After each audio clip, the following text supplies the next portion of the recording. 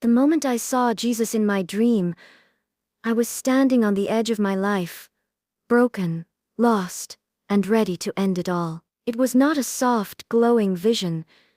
It was a storm, fierce and terrifying, that tore through every lie I had believed, and right in the middle of it stood Jesus, calm and unshaken, with eyes that knew me completely. I had never believed in miracles until that night, but what he showed me, what he told me, shook me to the core of my being. It saved my life. To everyone watching, thank you from the bottom of my heart for being here. To all my new and returning viewers, even those who are yet to subscribe, I see you, and I appreciate you deeply. Your support is the reason I keep sharing these stories. Please, go ahead and hit that subscribe button right now. It is the fuel and energy that powers this channel, and do not forget to share your thoughts and reflections in the comments. I truly love reading what each of you has to say. Now let me take you back to where it all began. My name is Claire Whitmore. I am 47 years old, a mother of two, and I live in a quiet town called Middletown in Ohio. From the outside,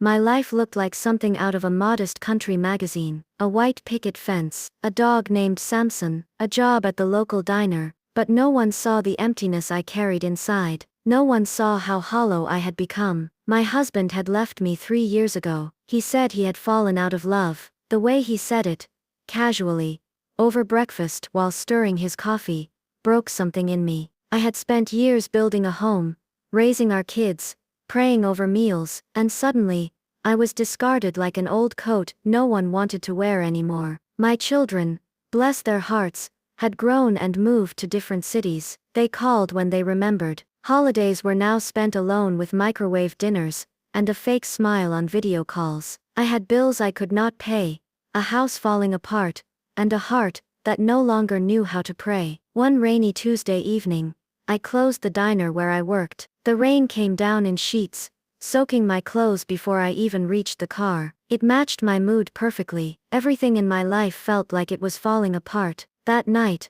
I sat at the edge of my bed, drenched and trembling, staring at the bottle of pills I had kept hidden in the back of my drawer for months. I was not planning to take them that night, but I was thinking about it, and that terrified me. I whispered into the empty air, "If you are real, Jesus, please, just show me." It was a weak prayer, more like a last breath of someone drowning. That night, I collapsed into bed, numb and exhausted, and then it happened. In my dream, I was standing in a dark field. The wind howled like it had a voice, and lightning tore through the sky. Everything felt alive and terrifying. I turned around in circles, calling out, afraid, confused. Then I saw him. Jesus stood beneath a tree that burned with fire but was not consumed. His robe was white, yet it shimmered like gold in the lightning. His face, how do I describe it? It was gentle, yes, but fierce too, like a lion and a lamb all at once. He did not speak at first. He only looked at me. I fell to my knees,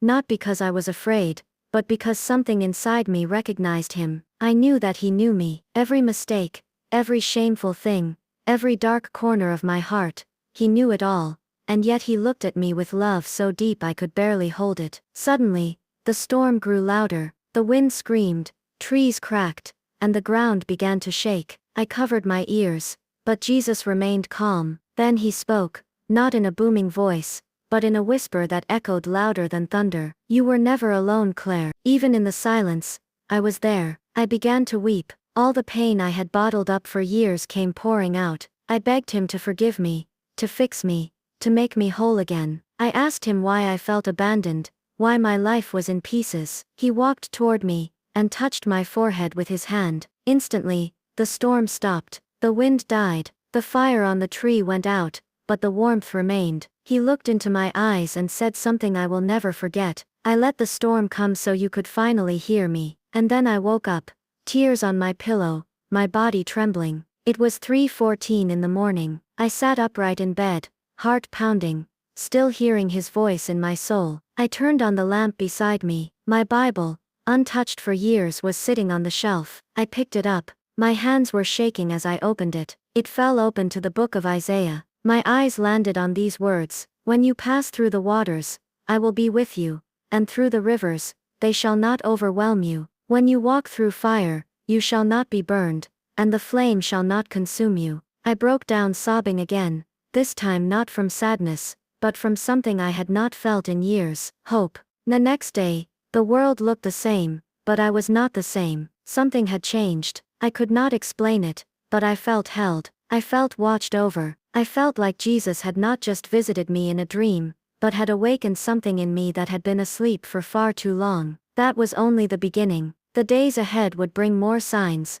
more questions, and a fire I never expected. Because when Jesus visits you in a dream, he does not just comfort you, he calls you, he challenges you, and he changes you forever. The dream stayed with me like a fragrance that clung to my skin. Even as I went through the motions of the next day, brushing my hair, pouring coffee, driving to the diner, I felt like I was floating between two worlds. Something had shifted in me. The pain was still there, but it no longer defined me. I could not shake his voice, nor did I want to. You were never alone, Claire. Even in the silence, I was there. The words rang through my heart like a bell, gently calling me awake. I tried to explain it to Marlene, my closest friend at the diner. She was a practical woman with short, fiery red hair, and a voice that always had the edge of sarcasm, unless she was whispering a prayer. I told her about the dream during our lunch break, sitting across from her at the corner booth we always claimed when it was slow. She listened quietly,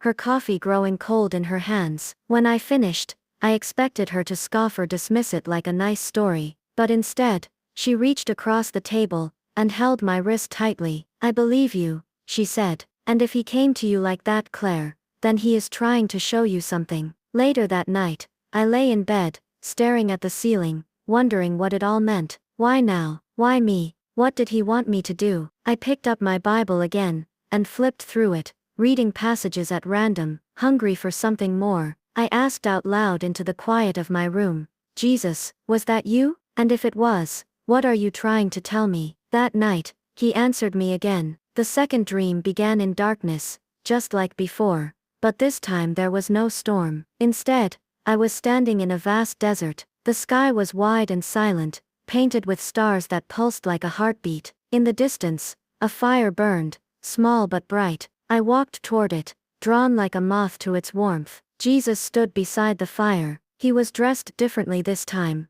No glowing robe, no golden shimmer. He looked like a traveler, dust on his sandals, the folds of his garment catching the desert breeze. But his eyes were the same. He did not speak immediately. Instead, he gestured for me to sit. I obeyed, kneeling across from him, the fire crackling gently between us. Then the fire began to change. It rose taller, brighter, and in the flames, I began to see images. The face of my husband as he walked out the door, the tear-streaked cheeks of my children, when they said goodbye, the pile of unpaid bills on the kitchen counter, and then, a younger version of me, smiling, innocent, full of dreams. I watched silently as each image appeared, danced, and disappeared into smoke. Then Jesus spoke. His voice was calm, but firm. You have defined your worth by what has happened to you. You have let the world write your story. The flames grew higher, and I saw scenes of my failures, moments of anger, loneliness, the lies I had told myself. He continued, but I came to rewrite your story, not to erase it, but to redeem it. Tears rolled down my cheeks. I wanted to look away from the fire, but I could not. It held every part of me, even the parts I had buried, so deep I forgot they existed. You do not have to carry this anymore, he said. Let me. Suddenly, the fire shifted again.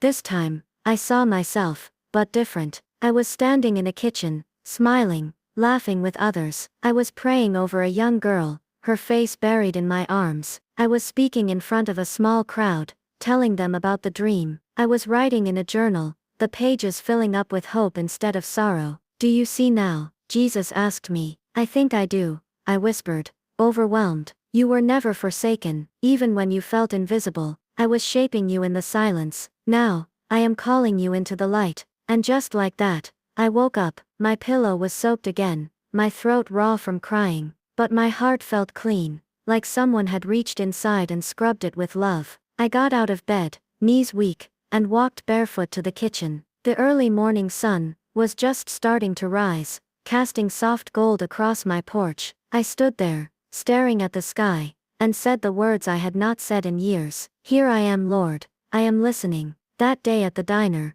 I moved like a woman reborn. I hummed hymns under my breath, while I poured coffee. I smiled without faking it. Marlene noticed immediately. "Something happened again, didn't it?" she asked. "Yes," I replied. "He showed me the fire. But it was not to destroy me, it was to reveal me."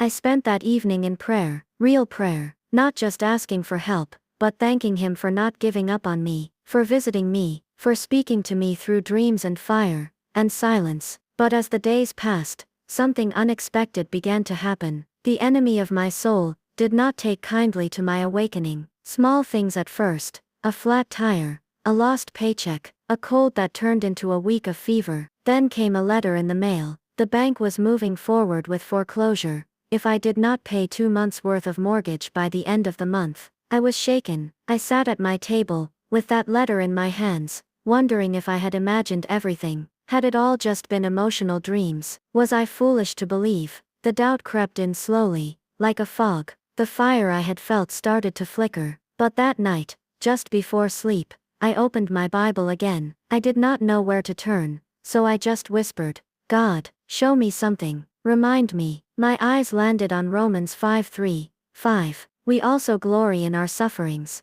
because we know that suffering produces perseverance, perseverance, character, and character, hope. And hope does not put us to shame." I read it aloud, then again, and again. That night, I did not dream, but I did not need to. I had already seen the fire. I had heard the message. Now, I would have to live it. The week that followed was the hardest I had experienced in years. After the second dream, the one with the fire, I had expected everything in my life to start falling into place. I thought peace would come rushing in like a flood, washing away all my troubles. But instead, it felt as if the flood had come only to drown me. The letter from the bank sat like a weight on my table. I had 30 days to come up with nearly $3,000, or face foreclosure. I worked double shifts at the diner, and still, it would not be enough. My savings had been wiped out long ago, and my credit card balances were already too high. Every night, I would return home exhausted, my body aching,